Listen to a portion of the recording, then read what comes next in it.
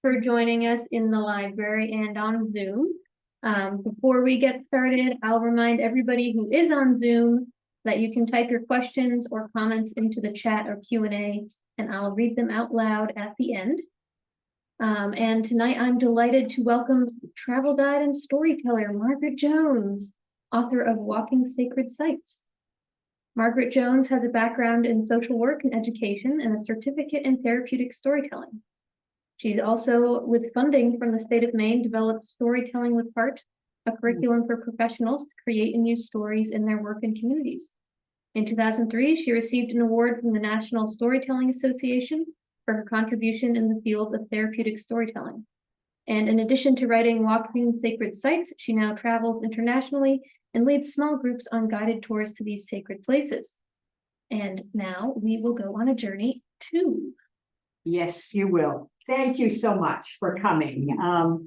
There's nothing I like better than talking about going someplace, or if I'm not talking about it, I'm planning where I'm going to go next. So just as an example, the other day, and usually I'll get emails that come up to say, you know, great value travel. And then I'll spend an hour saying, okay, so if we fly into Belfast, we can do this and this and this, and then we could take a train down to Dublin, and then we could go a few places here. And before I know it, a few hours have gone by, and I've imagined myself on a trip.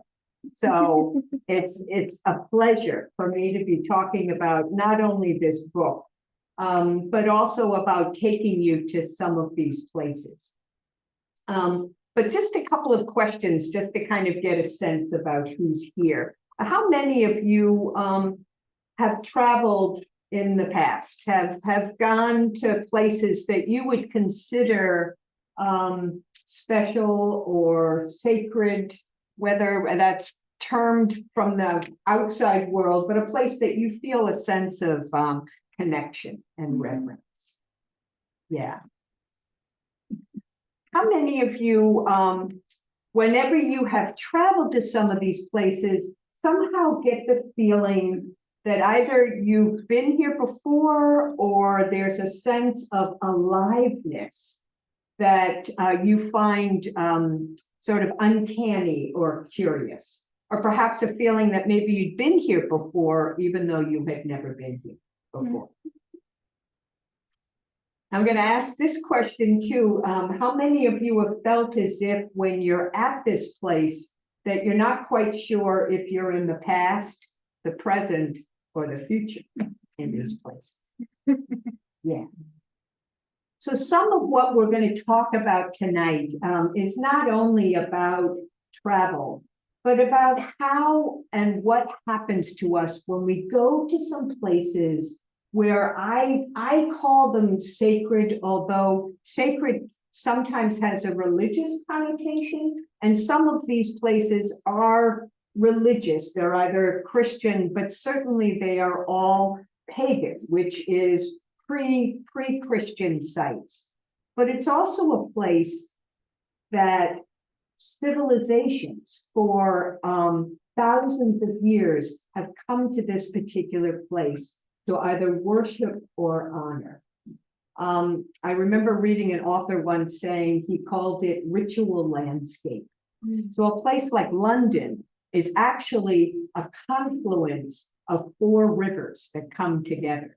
So civilizations have been coming to this place to honor the inflow and the outflow of the waters, even before this 8 million people city was built on top of it. So this book that I wrote, I actually published this through Maine Authors Publishing Company, which is out of Thomaston. So it's a cooperative. It's part self-publishing, but it's also, they do a lot of they did the copy editing for me. They did the printing for me, as well as some of the marketing. But in this book, it took me probably 5 to 7 years to write this book. And at some point, I just had to say, I'm going to stop now. I could have written a whole other book of places that I've been to. but I needed to find a place where I postponed, I stopped, and actually put this out into the world. And what I was surprised to discover is that these are all my own photographs as well. So I never considered myself an adequate photographer, but main authors did an extraordinary job with that. But I want to start with another author, one that you probably all know, John O'Donohue, to sort of set the scene for what is the difference between taking a vacation and going on what I would call a pilgrimage or an intentional travel experience, where our inner world and our outer world are having a conversation. So the outside world begins to influence what your inside world is saying. Carl Jung would call that the collective unconscious. Carl Jung would also call that the archetypes. What are the stories that are embedded in the land that our inner world is beginning to become aware of? And how does that affect us personally? So John O'Donohue says, every time you leave home, another road takes you into a world you were never in. So just, these are also other quotes about sacred travel. So I'm going to ask each one of you to just take. And if you're comfortable, just read it out loud. Would you mind starting, Josiah? You cannot travel the path until you have become the path. Resentment.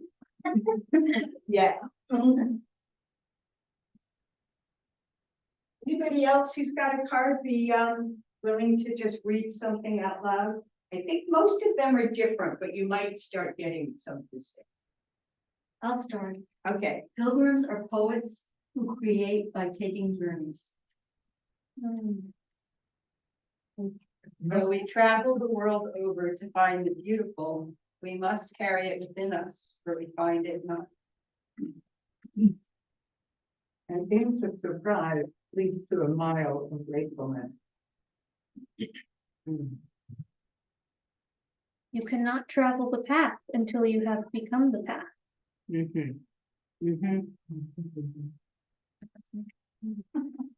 One more? That's a Okay. good one. That's good. Right. So some of what I do when I prepare for a trip is I already know, once I've decided that I'm going to go somewhere, the journey begins. So I'm always aware of what kinds of books I'm being led to. I always become aware of some of the sayings, such as these. I start collecting some of these, and I become aware of my dreams, because what gets activated is the preparation. And in the hero-heroine's journey, Joseph Campbell's journey, you know, you have this yearning to set out, and then the world unfolds. All the action takes place. The fool begins the journey, has the experiences, collects the treasure, like Jason and the Argonauts, and then comes home to tell the story. So I always have this sense that every time I'm going on a journey, that I'm going to collect something, to learn something, to discover something new.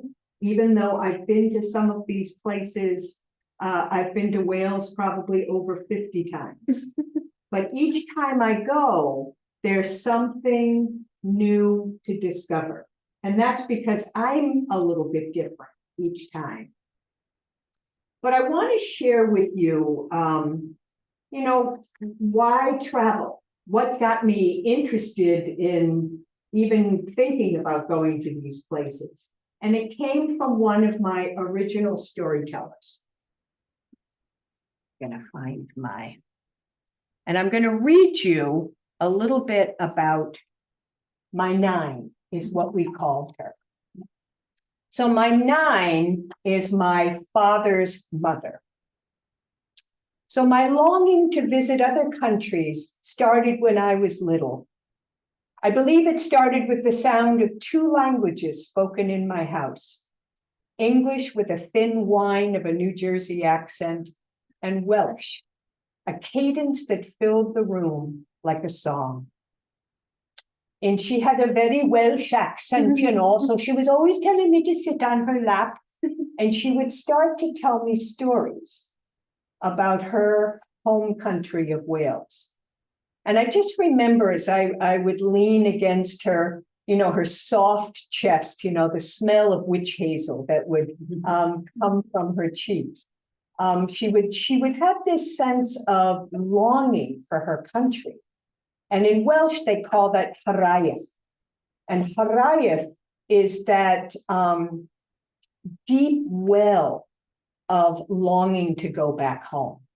So you think of the generations for many of us who have ancestors who have come from other countries to settle in the United States, and their sense of home and how they recreated that. But wherever there's one grandmother, there's two. So this is my mother's mother. This was Dee Dee. And I'm going to share with you a little bit about my experience with her. So bear with me as I find my place here. Okay. When I was a child, Sunday afternoons were set aside for visits with my maternal grandmother, Dee Dee, who lived in a nursing home several miles away. She always arrived disheveled and grumpy with stains on her blouse. Dee Dee's favorite spot was the living room armchair, where she sat and strummed her fingers until my mother brought her a glass of sherry. During her brief visit, she was allowed 2 glasses of sherry, which she relished with great delight.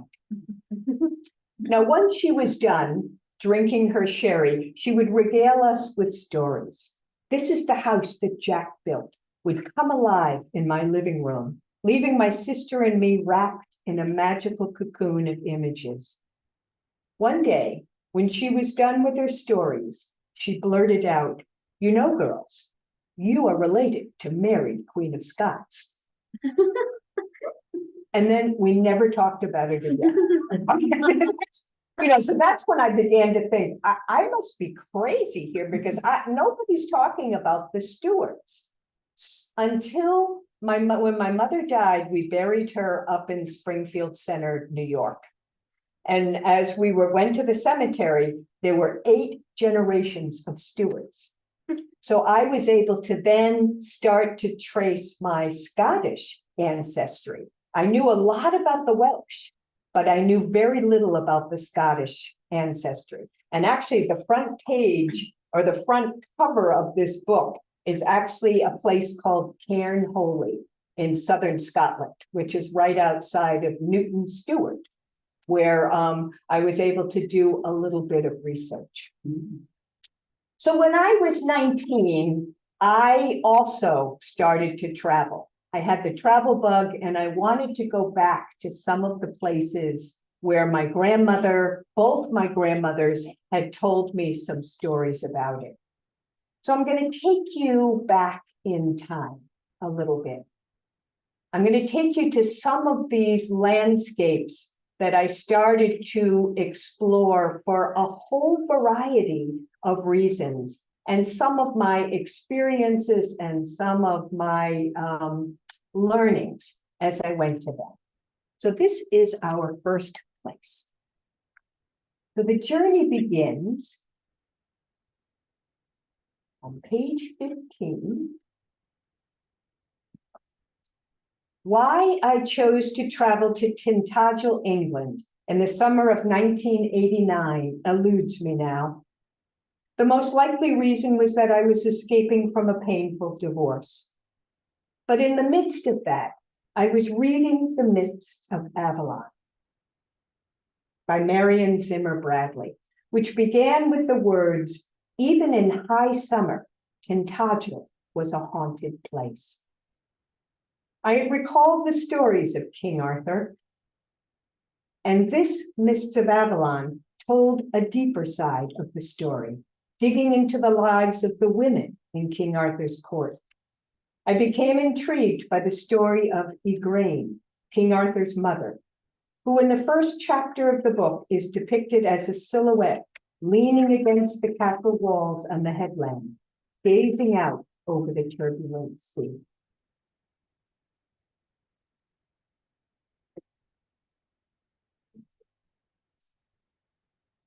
So the imposing coastline stretched for miles. It too rose above my head as an inaccessible cliff of black slate, scooped into ridges by centuries of wind and rain. Running along the edges of the cliff were walking paths, populated by sheep and a few hikers, bracing themselves against the stiff winds. Waves pounded against the rocks, sending up sprays of mist and salt. I shivered. A sign with an arrow pointing to the beach below caught my attention. Merlin's Cave. So as you can see, down where that opening is down below is Merlin's Cave. And then going up across that bridge up to the very top is the remains of a castle that they call King Arthur's Castle, with the story of Igraine. So in this essay, I won't read the whole thing, what ignited my understanding of what was going on in my personal life was by engaging in this myth and actually engaging in my mind's conversation with Merlin, going inside the cave with Merlin, and then going all the way up to the top and having an encounter in my imaginary life with Igraine and being able to do some problem solving. So my question is, where do you go for healing? This was a place where I was able to find a sense of solace and understanding and being able to go back to face whatever I needed to face in back in the 80s. So some of that to contemplate and ponder. So because there are 12 essays in this book, I kind of have broken it down into England, Ireland, Scotland, and Wales. And then there are some essays at the end, which I'll tell you about in a minute. So the next country that we go to was actually a trip that Gene, my husband, and I took. And actually, he plays quite an active part in this as the driver. You can't go without somebody who's good at navigation and a steady hand driving on the opposite side. So we have a couple of wild experiences. And actually going to this particular place was a little wild. This is a place in central Wales, and I'll read you just a little bit about this one. This is discovering Melyngill, which we had never heard of before. The adventure began when we had visited one of my father's cousins in North Wales. We wanted to explore some of Mid Wales, so decided to drive to the town of Bala, which lies in the historic district of Merionshire, to the north end of Bala Lake. This is the legend of Ceridwen, which arose in that region, and I wanted to walk around the area and get a sense of this goddess. So Ceridwen is the story of Taliesin. So Ceridwen is the cauldron. She was the one who brews the cauldron of wisdom. While eating breakfast at this B&B, I happened to pick up a brochure focused on the town of Pennant Melyngill, a sanctuary where Saint Melyngill supposedly had lived. When we asked the owner, a stout, red-cheeked Welsh woman, if she knew of Mellingill, she smiled and she said, "Oh, you mean Mellingill?" And then she cleared her throat in a hard, guttural laugh, drawing it out. Jean's eyebrows went up and he smiled and said, "So it's not Mellingill?"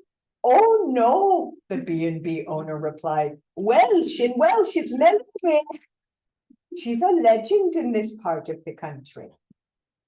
So that got us going to explore this place. And well, it's a more in the essay, but it was a single track road that was probably about the width of this aisle. Do you remember this? And there were high bushes on both sides.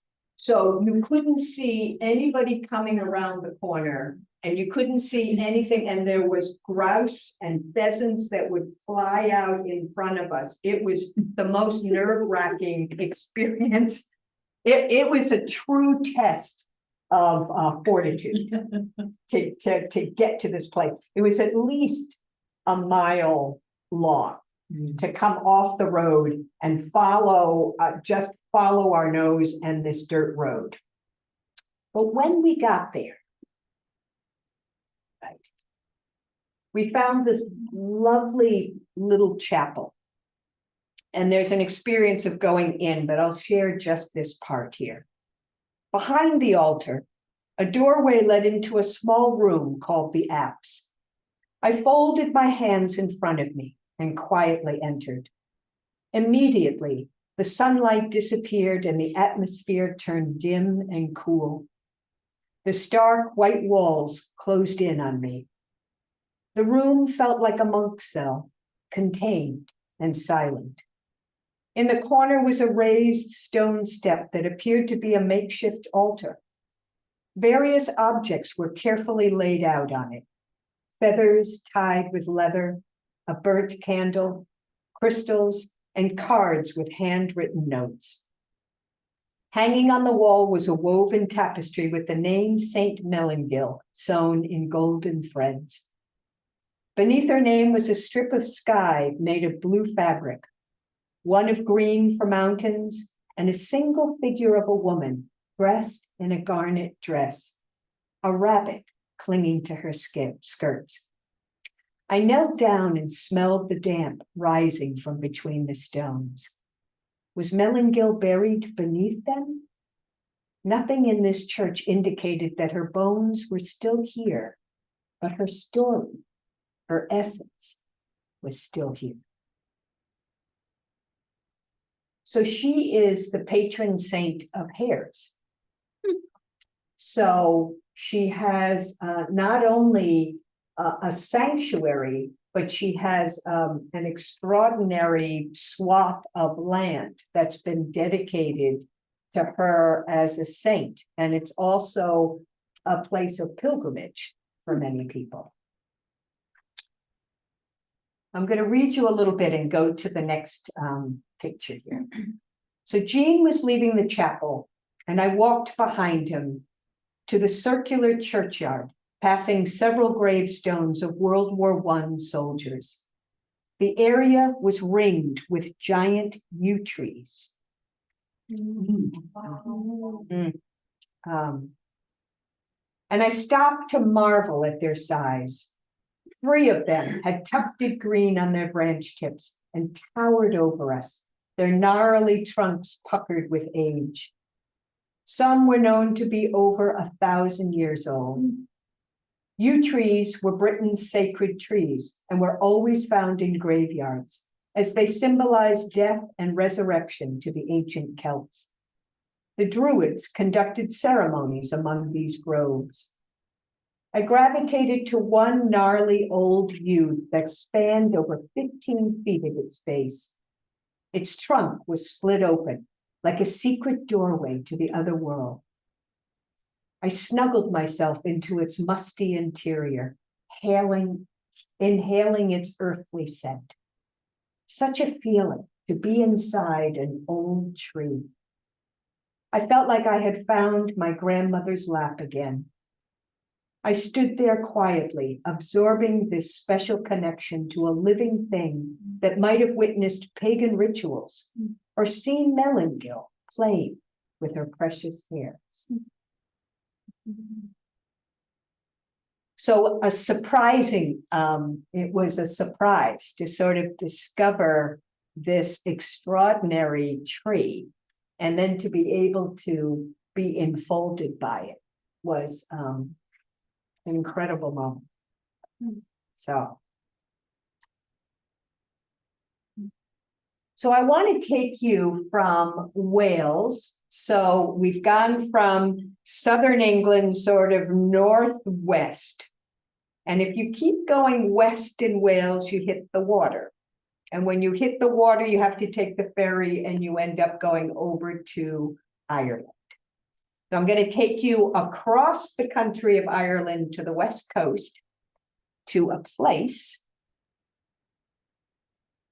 that looks like this. And again, you're just getting a little snippet of each of these places that I've written about.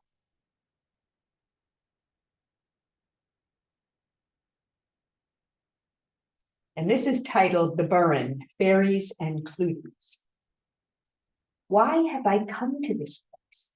I whispered in awe as I stood on one of the gravelly paths leading into the Burren National Park. The atmosphere was bleak, and the path that lay ahead was gray and brown. Silence was as layered as the landscape itself.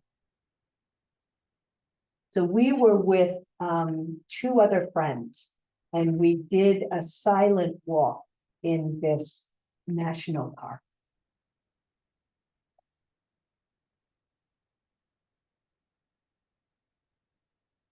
We ambled along the gravelly path and followed a stand of trees. The rocks disappeared behind us. I zipped my jacket, sensing a shift in the air. Leaves rustled. The sky was filled with dark, swollen clouds, the air thick with moisture. The path turned muddy, and the leaf-covered rocks beneath my feet were slippery. The lichen that clung to stone walls seeped water through the cracks in the rocks. I heard water running and turned my head in search of its source. As we crested the rise in the path, I could see Carol, my friend, ahead. And we came to this body of running water with a small pool.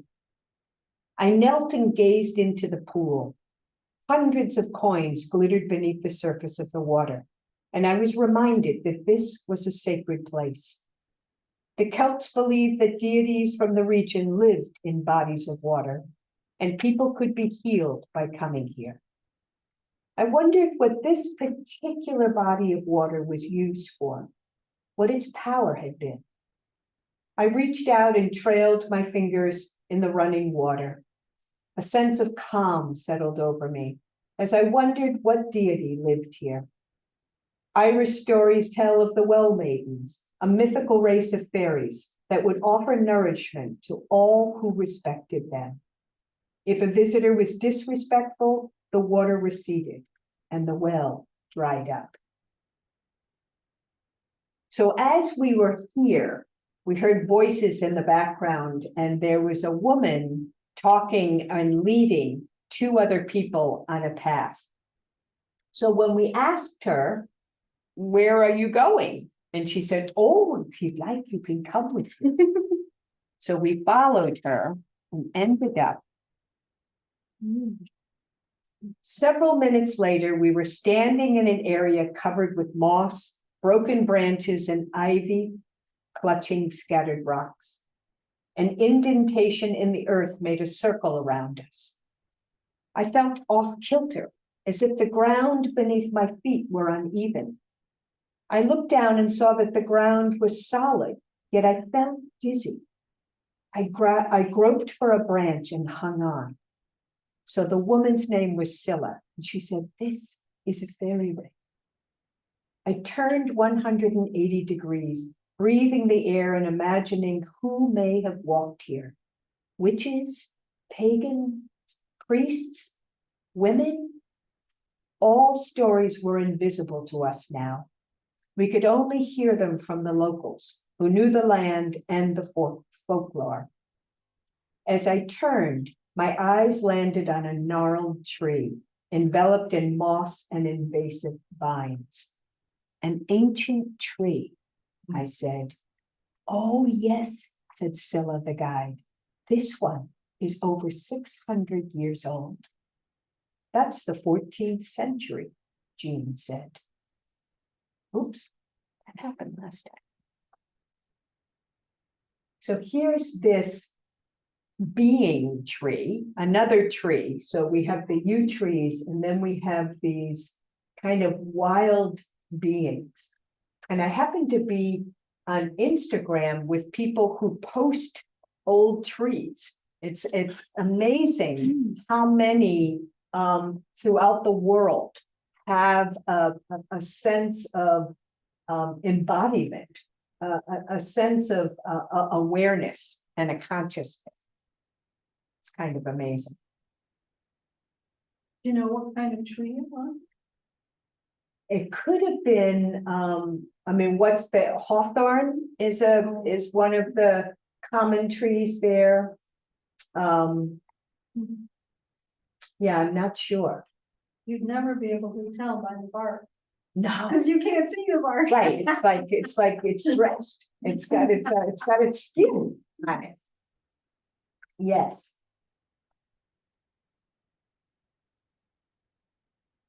So one more place. So this is, so now we've gone to Wales. I mean, we've gone to Ireland. So from Ireland, you would have to go back to Dublin and take either a plane to get to Scotland, or you could go north and take a ferry over to get up to Scotland.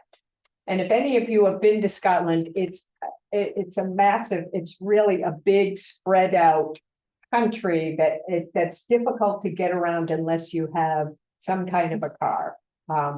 And this particular trip we took with my sister and brother-in-law because we were searching for the Stuarts. So this is here in Hallowed. Indeed.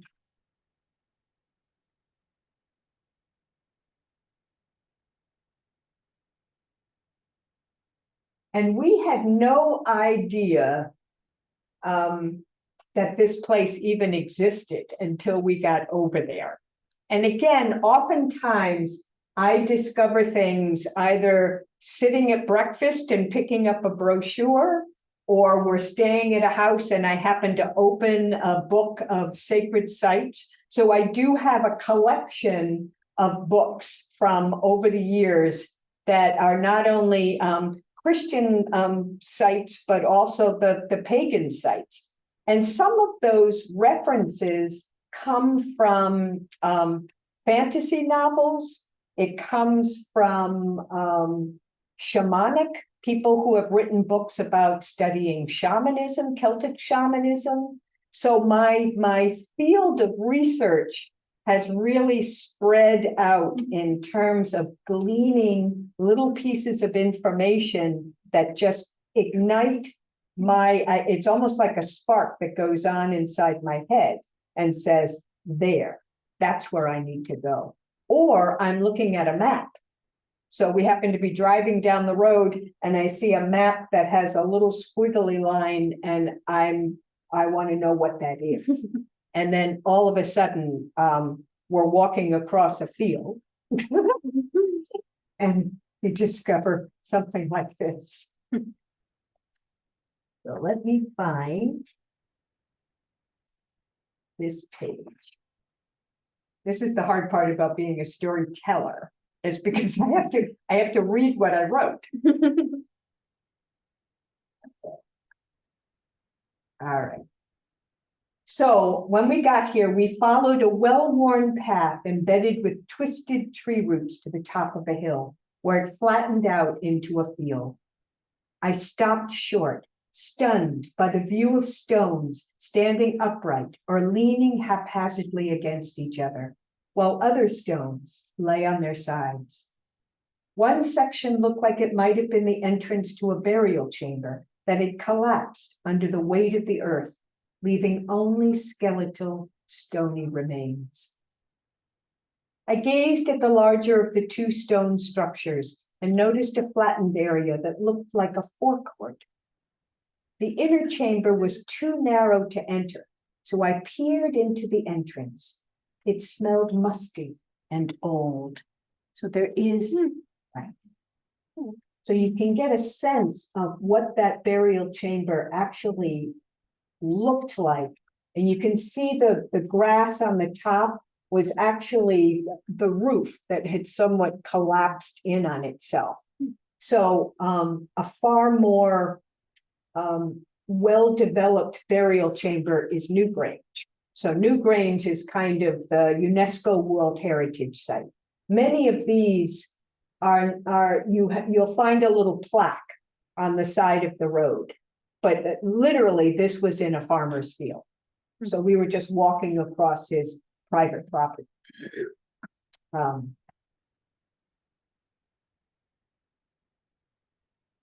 So as I'm standing outside of this, a crow called in the distance. I closed my eyes and felt a shift inside. It was as if time had folded in on itself, and I was transported to a time when rituals were held in front of this sacred chamber, like this one before me. The air around me held the distant chant of their voices. Could these be my ancestors, the stewards? Now, literally, this is in County Galloway in southern Scotland. And I did find through ancestry that the Stuart line that I'm descended from, he was the laird of County Galloway. So it was probably very likely that he knew about this place because this was his land. This is the land that he was responsible for. I reached for my sister's elbow and pulled her toward me. Just think, I said, our ancestors were probably here when this burial chamber was built. The Stuart clan may have known about this. They may even have buried their dead here. We stood quietly for a moment, reflecting on the idea that something, somewhere inside of us, understood this place. Our blood remembered. Mom would have loved knowing that we were here together, my sister said. I think so too. And I squeezed her arm. So this was that sense, I think someone here, you were mentioning that it's that feeling that you've walked into something that you know that you didn't know you knew. It's like knowing before you know, or remembering something you didn't know you remembered. So it's an uncanny synchronistic moment. And again, Carl Jung calls synchronicity two unlikely, unrelated events that come together and make sense. So I'm going to take you one more place. And I didn't know whether I wanted to put these essays in this particular book because this is so much about the British Isles. But before it was 2020, right? And I had, again, one of those, I was looking in a travel book and I saw a picture of Petra. And I said, we've got to go. We just have to go to Jordan. So we found a tour because we do take tours sometimes. You can still do intentional travel in a tour. So we had found Odyssey Adventure out of Boston, 12 days. And just as we signed up for the trip, COVID came out in China. So, we called the company and said, oh, no problem, 16 people, it's all, we've got 16 people going on the trip. So, about 3 weeks before the trip, it kind of hit California.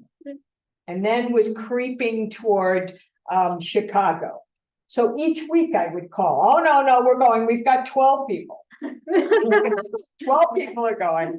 So I started calling my friends, saying, there's plenty of room on this trip. Why don't you go? Oh, Margaret, you're nuts. You really, people were terrified. If you remember that time, it was terrifying. Yeah. And, a week before the trip, I call, yep, we're going to do it. There's 8 people. And I really had to dig deep to question whether my drive to go to this place really was worth this anxiety. And I was having incredible anxiety at that point. And this is where partnership is so valuable. Gene and I talked, and he basically said, if you're up for it, I'm up for it too. And so we get on the plane, we land in Amman, Jordan. We get met by the guide, and the guide says, we don't have any COVID here. And this is where we end up.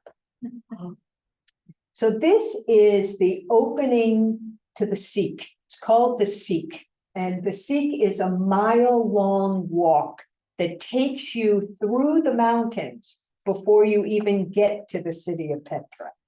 And I'll just read you a little bit about this. How do we do it? Oh, good.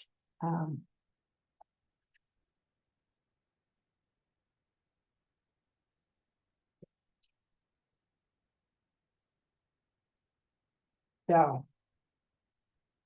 as our party headed toward the sea, I observed its narrow vertical walls that gaped like a giant mouth, ready to swallow all of us into its interior. I imagined mythical forces battling it out here, scraping the mountain walls, leaving gouges in the landscape. I craned my neck to look at the top, where tufts of grass willowed in the breeze. Overhead, birds hovered so high that they were nearly unrecognizable tiny black specks moving in formation. A lone fig tree, weathered by time, clung to the side of the mountains with its tangled roots.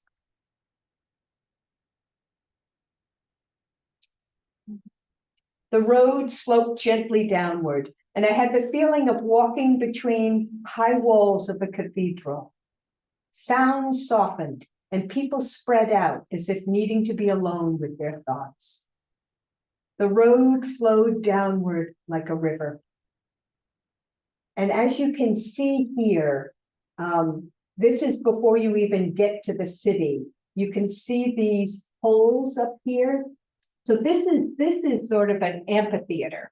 And what I learned from the guide is that they had a very strong belief system of living with the dead.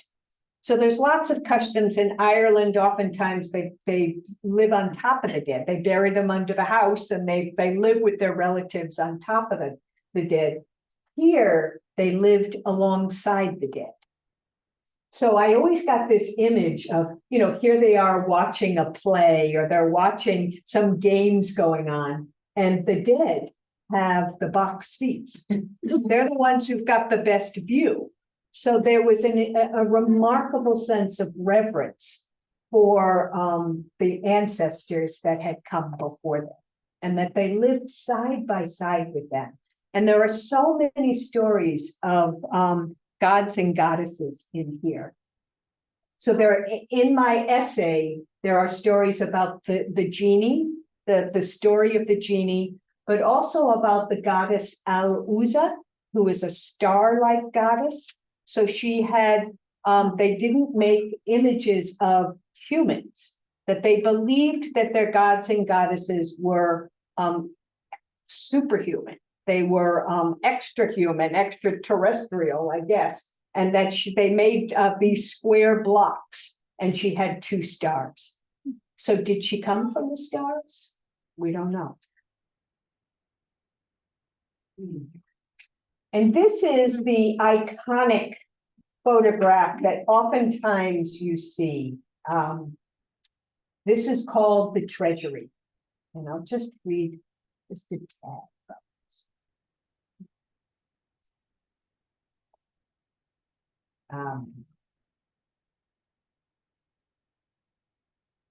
The sunlight shifted and the road widened. I was deep into the journey now. All my anticipation drifted away. I was open to the experience. Each moment brought something new, a new formation in a rock, the sound of a bird calling, a breeze, a niche to a god or a goddess, all connecting me to both the past and the present.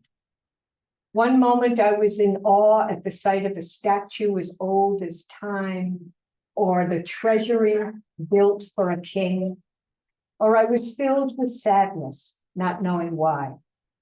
My insides were being transformed by allowing the outside world to enter my mind and heart. I recall the book I read entitled The Art of Pilgrimage by Phil Cossino, who wrote that every journey can be sacred and transformative if it is undertaken with a desire for renewal. Every journey becomes meaningful when a traveler's heart and imagination are open to experiencing the sacred.